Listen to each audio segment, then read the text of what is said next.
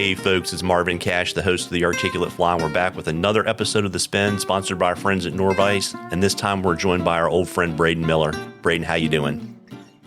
Good, Marvin. How you doing? As always, I'm just trying to stay out of trouble and, watching your Instagram feed and getting to spend a little bit of time with you. Last week, you've had a pretty busy fishing season. Yes, sir. I've definitely been trying to fish as much as I can, just about anywhere and everything I can fish for, conventional or fly. Yeah, I mean, it's interesting too, right? Because didn't you kind of spend some second mate time with Jake Jordan down on the coast this year? Yes, sir, I did. Just about any time I could get on his boat, whether it was just him and I fishing or whether he had clients, giving him a hand on the boat, whether it was leadering the fish, tying the rigs on. I mean, you name it, I was doing it for him. Hoping to get back down there sometime soon after this demo day got coming up soon. Yeah, and so I guess, how long do you expect the Albies to hang around down around Atlantic Beach? I've caught them pretty good into December. Typically right around this time is when the big Albies show up, like that 15, 16 pound range, even some bigger. But typically later in the season, like late November, early December, you can find mostly bigger Albies, but there's still going to be some average size mixed in, and then even bull reds if you can get lucky finding them. Yeah, and I also know you're probably going to do a little bit of muskie fishing this winter too, right? Yes, sir. That's the plan. Yeah. Hopefully. Yeah, there you go. But I mean, you do it all, right? I've seen smallmouth, largemouth, steelhead, trout. I mean, you're kind of doing it all, right? Yes, sir. You name it. Even a little bit of flathead fishing here and there.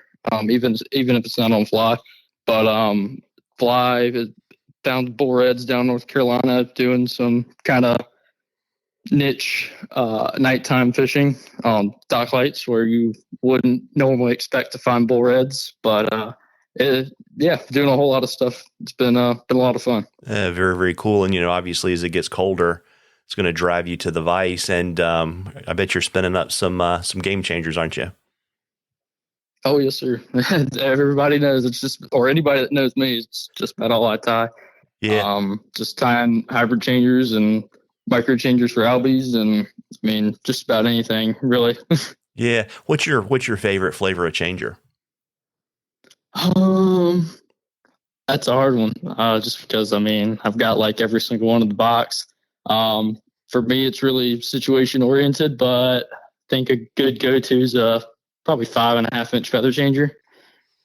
Yeah, got it. And I know the tip that you're going to share with folks, and we're going to talk about it a little bit. And folks, remember, we'll put a link in the show notes, and you're going to be able to see Braden's video on the Norvice YouTube page. We're going to talk really about kind of proportions and game changers and why that's so important. And I guess Braden, we could really kind of start kind of at the front of the fly and work our way back and talk about how proportions. I always think about how it affects the swim, right? And why don't we just start at the head of the fly? Why don't you talk a little bit about what head shape does to the way a game changer performs in the water? Yes, sir. Well, I mean, there's definitely a lot of different ways you can finish off the heads on your game changers, whether it's a brush, straight feathers, if it's a finesse changer, just a straight finesse material, dubbing, you name it. But really, it all comes down to what material, and it can also come down to how dense the material is with how the water makes the fly swim. If it's really dense and kind of like a wide head, it'll push a whole lot of water, make the fly swim great. And I mean, you can get that kind of, I wouldn't say jerk action unless you're tying a jerk changer, but that kind of like T-bone, like kick to the side, whether it's the left or the right, showing its side profile. If you got that dense, broad head pushing water all the way around it. If it's like a narrower kind of like bullet style head, it'll still swim, but in my opinion, it feels like it gets a little snakier unless you're tying that kind of jerk style where you have that long front shank, making the fly glide and do all of its kind of jerk changer actions. Yeah. And then, if we kind of flip the fly over and we talk about kind of proportions from front to back, why is that so important and how does that affect swim? I would say kind of as far as proportions go, with the tail, I try not to make my tails too long.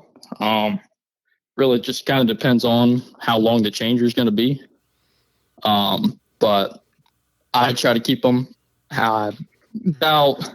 I mean, it's hard to tell when you're first tying them, but when you start to fly off, typically you can kind of gauge how long the tail you want it to be. As far as the shanks and the midsection go, I try not to put too many shanks, like more than you need. The fly will get really, really snaky. Not really want to swim as well as it would if you kind of vary them out with like different lengths and all, kind of just making it look, normal, not crazy all over the place. And I try not to make them too slim, I mean, if you have that kind of tubular body, unless you're tying a jerk changer where I like to fly like on the sides really flat. I try to make them just kind of symmetrical all the way through, unless you're trying to do jerk changer style. It can get a little wonky if you mess it up though. Yeah. And I guess too, right. Do you prefer to trim your changers, or are you kind of one of those guys that like tries to use different size brushes so that you don't have a lot of cutting to do when you're done tying the fly? Yeah, for sure. The finesse changers, I trim last all the way at the end. That just seems like you get a whole lot less gaps in your fly. If you tie them both ways, where you trim as you go, and also like when you trim afterwards, you can see the difference in the fly, how they look different. Just as far as the spacing and the body and everything goes. Hybrid changers, I trim the support more than I do anything. Just kind of gauging your taper as you go. I mean, you can definitely see if you're making it too tall, too wide. I mean, you name it. Just kind of eye it as you go and try to make it look right. It's hard for me to explain unless I'm showing it, but yeah, I'm not a very good explainer. But the good thing is you will be showing it because it'll be in the video. And I guess the one last thing to talk about is to kind of talk about the tightness of that junction between the shanks, because I know that can affect swim as well. Yes, sir. Yeah, so I really prefer to tie as far back on the bend of the shank as you can without disabling a lot of the swimming action. I just feel like it fills the body out more, makes the fly look a whole lot nicer. And there's definitely a point where you can go too far and the fly doesn't want to kick as much. But once you tie a handful or a bunch, I mean, you know how far to go, and the fly, in my opinion, looks a whole lot better in the end. Yeah, and you're going to show that to folks. And I guess, for folks that are listening to this, I mean, what we're really talking about is you've got something that really kind of looks like a sideways light bulb, right? And yes, the question is, exactly. Right, it looks like a sideways light bulb because you got the kind of the clip part of the shank and you close that. And then the question is how far you wrap the thread up. And so are you normally wrapping like halfway up the light bulb, or you're not coming down the other side, are you? I'm not coming down the other side. No, sir. Yeah. Nope. Typically it's about halfway or just above halfway. Gotcha. And that's going to be really awesome. And so folks, remember, when this comes out, there'll be a link to the Norvise YouTube page. You can check out everything in detail that Braden's talked about. But then also, I know you're a super busy guy and you're going to be on the show circuit in 2023. Where are you going to be putting the sizzle on this date? I will be at the Virginia show, the Atlanta show, Edison, New Jersey, Lancaster, Pennsylvania, let's see, Colorado, and Pleasanton, California. Well, there you go. You're going to be getting a few road miles and maybe some frequent flyer miles, right? Yes, sir. No doubt. Yeah. And so if people, Braden, want to follow your fishing adventures or they want to buy some of your flies, what's the best way for them to catch up with you? To find me on social media, my name on Instagram is Miller Time Flies. My Facebook is Braden Miller.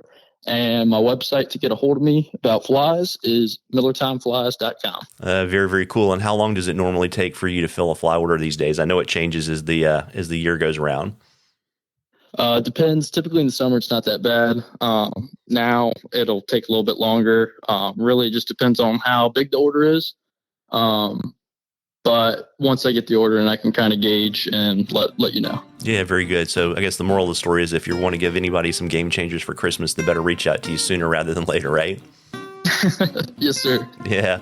Well, listen, folks, we really love doing these stories, and we were really appreciative of Norvise sponsoring these. And just stay tuned every 2 weeks from now to to the end of March. We're going to have these with various Norvice ambassadors, and I hope everyone has a happy Thanksgiving. Happy Thanksgiving, Braden. Thank you. You too.